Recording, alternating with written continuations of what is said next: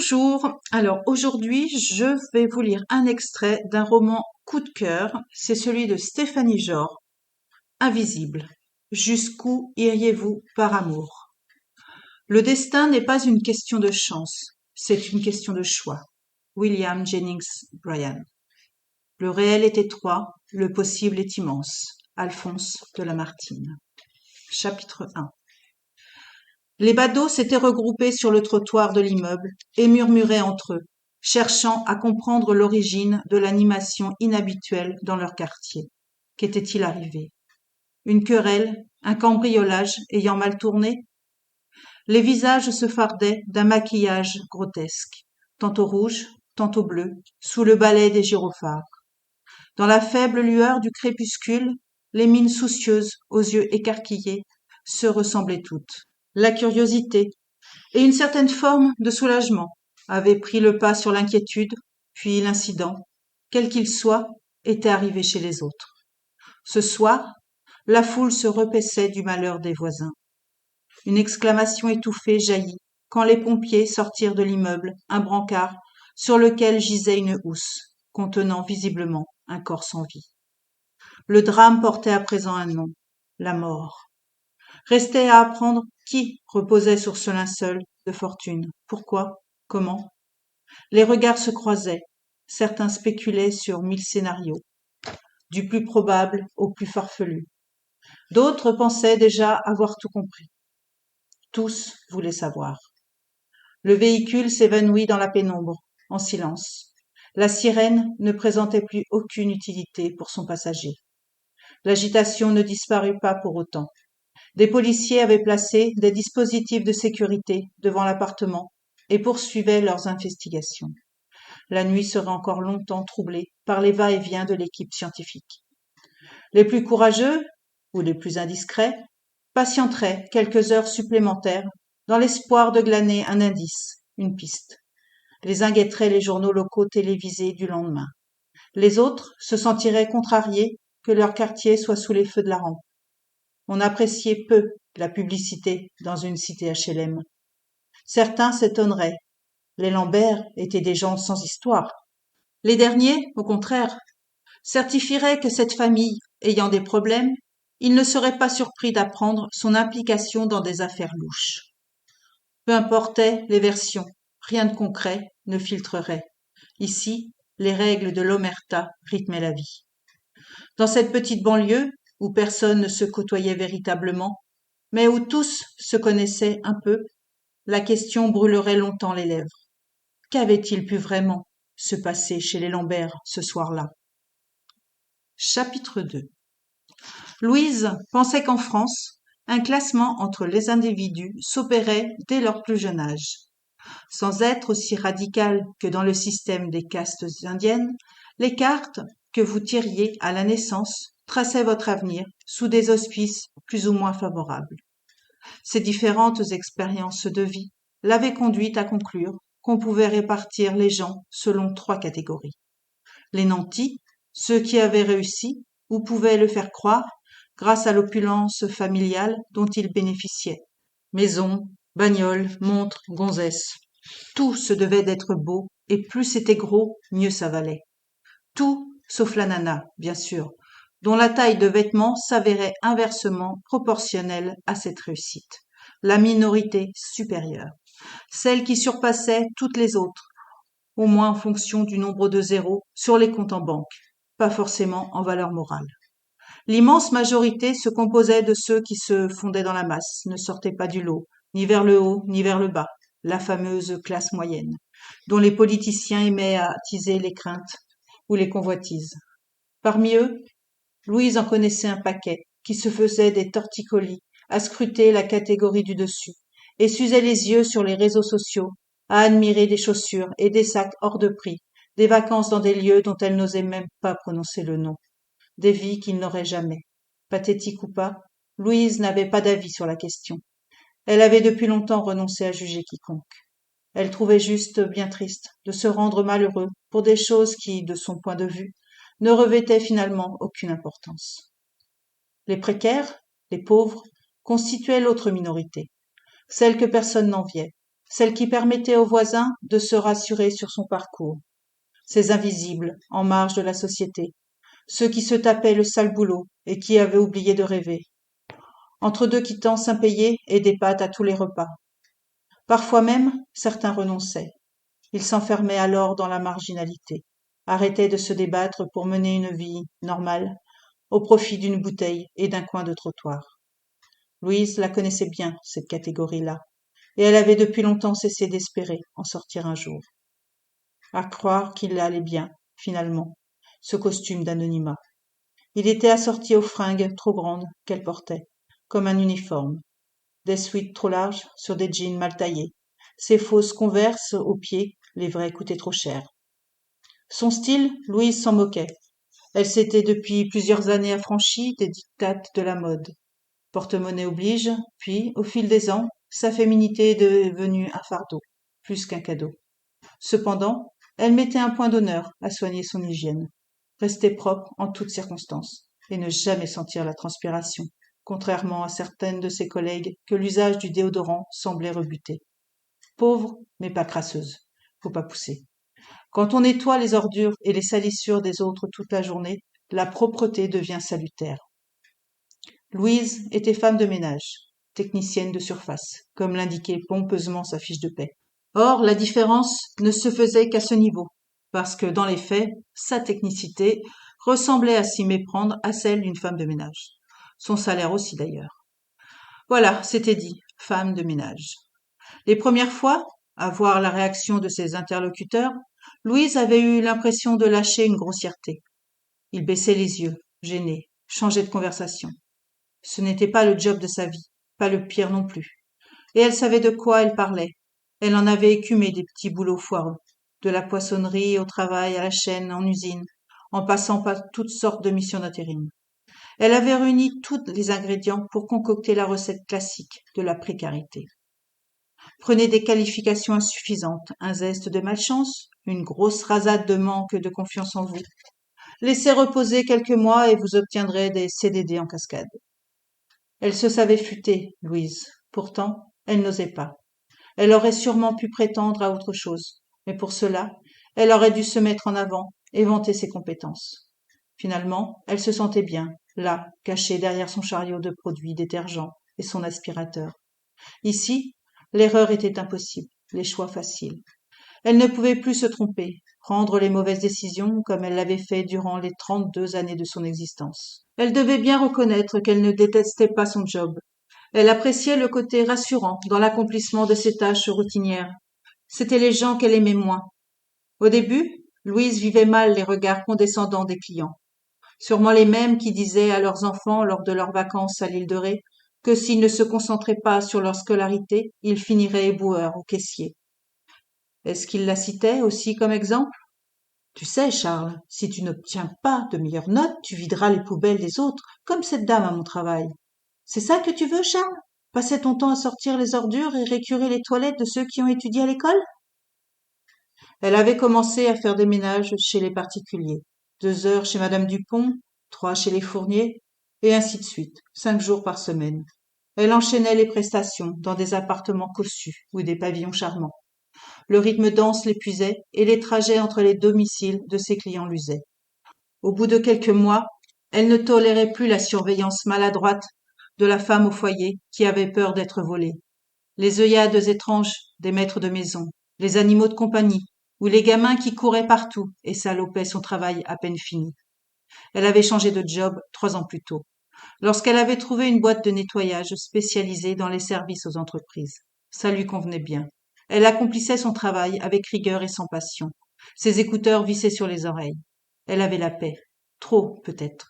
Elle aurait presque regretté les regards en coin de ses anciens clients. Parce que pour ces gens-là, même si elle existait mal, elle existait au moins un peu. Rapidement, ce qu'elle avait le moins supporté, c'était l'absence d'attention qu'on lui portait. Pas de bonjour, pas de merci, pas de bonne journée, de la part de tous ces employés modèles dont elle entretenait l'espace de travail, trop occupés pour lui accorder la moindre politesse.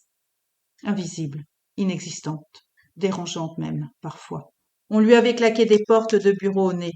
On l'avait éconduite sans ménagement pour des réunions importantes. À elle de se débrouiller pour que ce soit nickel, sans perturber la précieuse activité de ces gens intelligents qui n'avaient pas de temps à perdre, eux. Elle se consolait en se rappelant que son travail actuel présentait des exigences moindres que lorsqu'elle réalisait des ménages chez des particuliers. Parfois, un employé trop zélé se plaignait d'un nettoyage insuffisant des locaux, et elle devait faire preuve de plus de vigilance pour que cela ne se reproduise pas. Rien de méchant, et surtout bien loin de ses contraintes précédentes, quand une ménagère lui demandait de briquer les poignées de porte et l'argenterie, ou de nettoyer les restes d'une soirée arrosée, tenant davantage de la scène de crime que de la petite fiesta entre amis. Dans l'ensemble, son travail était plus tranquille, et ça lui convenait. Alors tant pis pour la considération. Depuis quelques mois, elle avait commencé à travailler de nuit. Elle attaquait à 21 heures et finissait aux aurores. Elle ne croisait plus personne dans les locaux. Un vrai luxe à ses yeux. Officiellement, elle mettait en avant que ça payait mieux, que ça lui laissait le temps de gérer sa propre maison et de s'occuper de sa pitchoune. Officieusement, c'était tout autre chose. La cerise sur le gâteau, c'était sa Fatou. Elles bossaient ensemble depuis 5 ans. Elles s'étaient connues dans leur précédent job d'hôtesse de caisse. Elles avaient sympathisé au détour des cafés tièdes de la salle de pause exiguë du Carrefour Contact. Leur complicité avait été immédiate. Certaines rencontres deviennent une évidence. Alors quand son amie était partie du supermarché, Louise avait suivi. Depuis, elle s'était toujours arrangée pour travailler en binôme. Fatou, sa Fatou. Cette femme était une montagne de tendresse. Son sourire aurait pu faire fondre un iceberg. Chaque fois qu'elle riait, Louise avait l'impression que la terre entière tremblait avec les soubresauts de son amie. Quel drôle de duo elles formaient toutes les deux. Leurs collègues les taquinaient régulièrement, les surnommant Laurel et Hardy. Aussi différentes physiquement que complices, l'une blanche, petite, maigrelette et effacée, l'autre ébène, immense, voluptueuse et bruyante. C'est vrai que leur association jurait un peu. Mais rien de tout cela ne comptait, finalement. Fatou était sa sœur de cœur, la seule à qui elle racontait ce qui lui pesait. Parfois, quand écouter apparaissait comme la seule chose à faire, Fatou ne disait rien. Elle serrait alors Louise contre sa grosse poitrine en lui caressant les cheveux. Fatou avait son histoire, un passé qui lui avait laissé des cicatrices sur le corps et dans le cœur, dont elle ne voulait pas parler. Elle balayait les questions de sa grande main et tournait le dos. Louise n'avait jamais insisté. Elle était bien placée pour savoir qu'on préfère taire certaines choses. Fatou n'était toutefois pas le seul pilier de Louise. Elle avait sa fille, Julie, son tout, sa bulle d'amour, son rayon de soleil lorsqu'il pleuvait sur son cœur. Julie. Bientôt 8 ans d'amour inconditionnel pour cette fillette aux boucles châtains et aux yeux noisettes. Quand elle souriait, 2 adorables fossettes se dessinaient sur ses joues.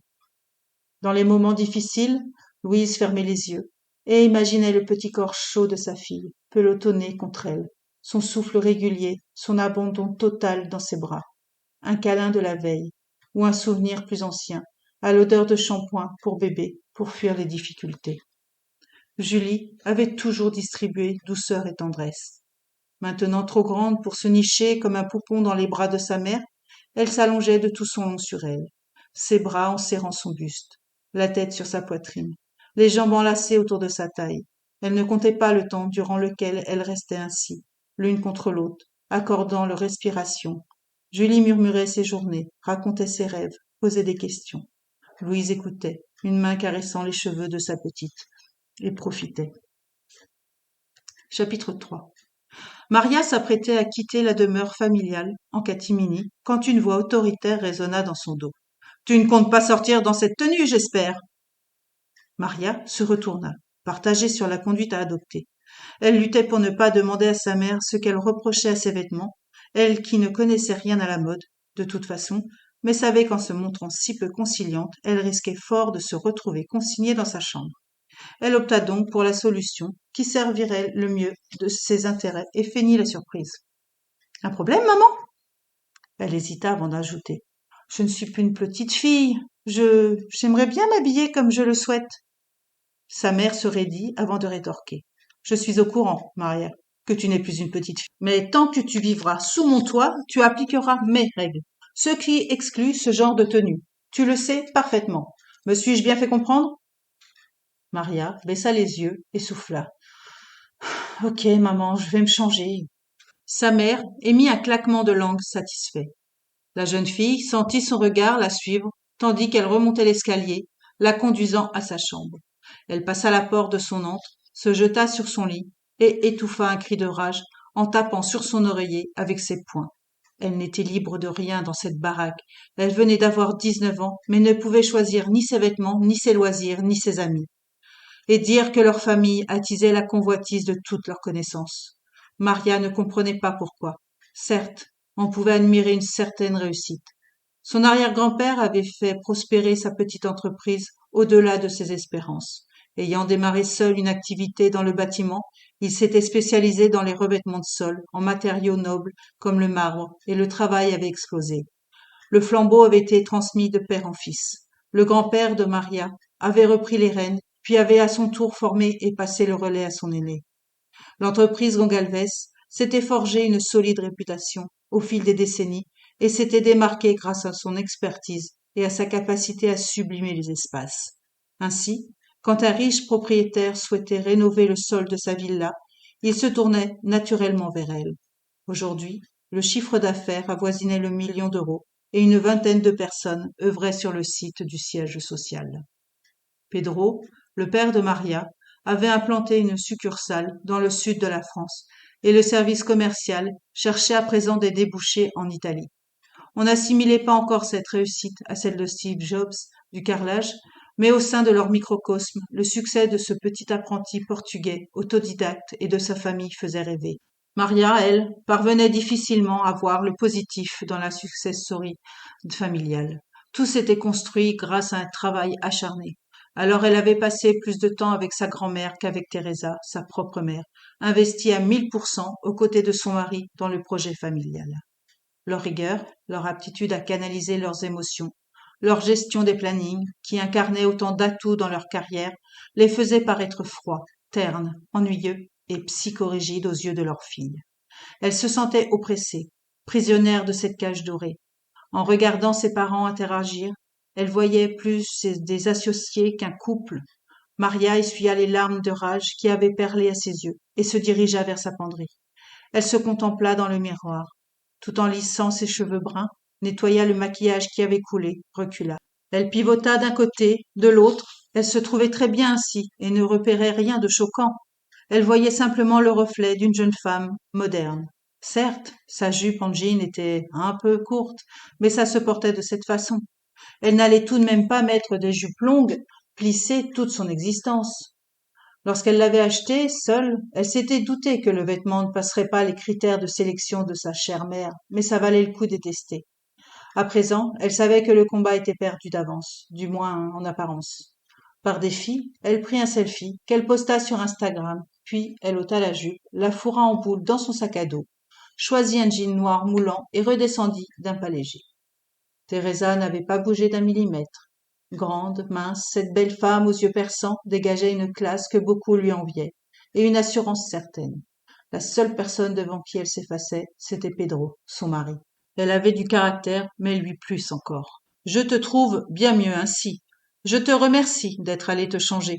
Tu dois prendre garde à ce qu'on peut déduire de ton apparence, ma fille. Les gens se font des idées, jugent et dénigrent. Et on ne se sépare pas facilement des étiquettes dont on se voit affublé. Tu es une belle jeune femme. Les gens se montreront encore moins tolérants avec toi qu'avec d'autres. Maria sourit à sa mère, entendit sans écouter son discours moralisateur, ravie d'avoir réussi le test et prête à rejoindre chez elle Jacinta, sa meilleure amie. Dans la soirée, elles avaient prévu d'aller en ville retrouver quelques camarades.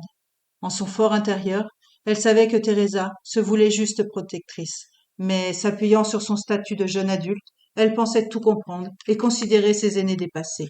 Cependant, alors qu'elle s'apprêtait à passer la porte, un sourire de victoire s'esquissant malgré elle, sa mère l'appela. Maria! La jeune femme s'arrêta, attendant que Teresa poursuive. Je crois que tu as emporté par mégarde la jupe que tu portais tout à l'heure. Donne-la-moi, ça ne sert à rien que tu te charges inutilement, d'autant que tu dois aller en ville si je me souviens bien. Le sourire de Maria s'effaça de son visage. Sa mère était décidément bien trop maligne à son goût.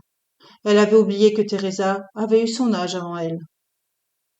Tu peux pas savoir comme je hais mes parents, Jacinta.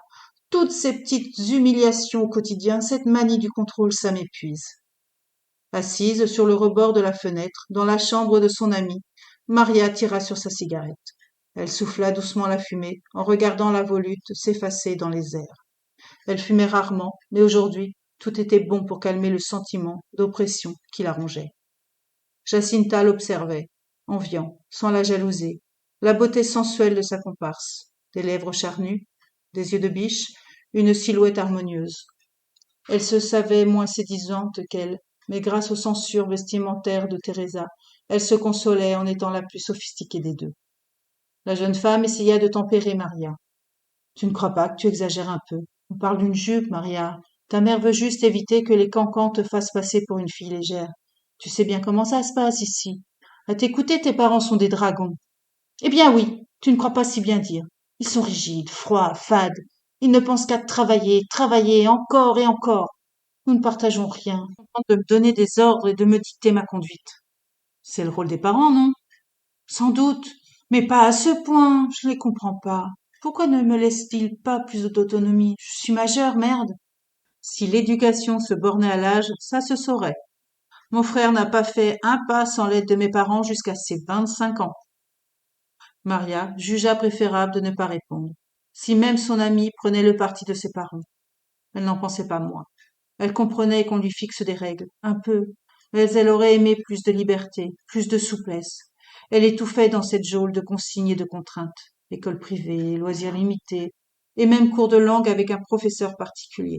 Elle était trilingue. Outre le portugais, sa langue maternelle, elle parlait parfaitement l'anglais et très correctement le français. Parfois, elle observait les jeunes de son âge dans la rue, rire, chahuter, se taquiner. Elle n'avait pas connu cette spontanéité dans les établissements qu'elle avait fréquentés. Ne la connaîtrait jamais.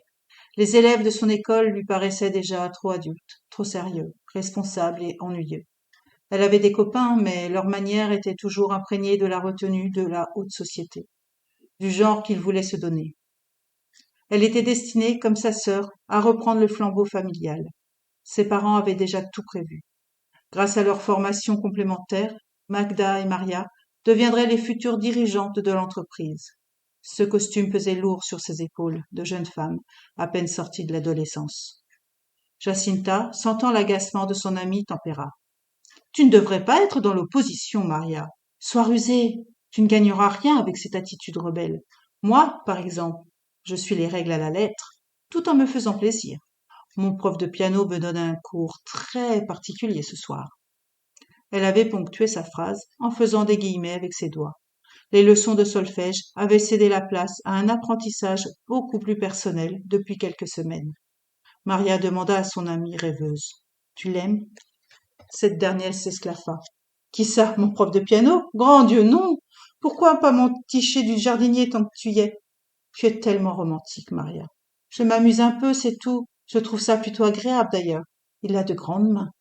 Maria explosa de rire. Jacinta utilisait des moyens bien à elle de s'extraire de la pression familiale. Elle n'enviait cependant pas son amie. Elle n'avait jamais connu, après les amourettes sans avenir, et éconduisait sans hésitation ses prétendants. Elle voulait se préserver pour l'histoire, l'unique. Voilà pour l'extrait de Invisible de Stéphanie Jor. C'est vraiment un roman coup de cœur pour moi. Il m'a donné beaucoup d'émotions. Merci à Stéphanie d'avoir une plume aussi jolie. À très bientôt pour un nouvel extrait. Au revoir.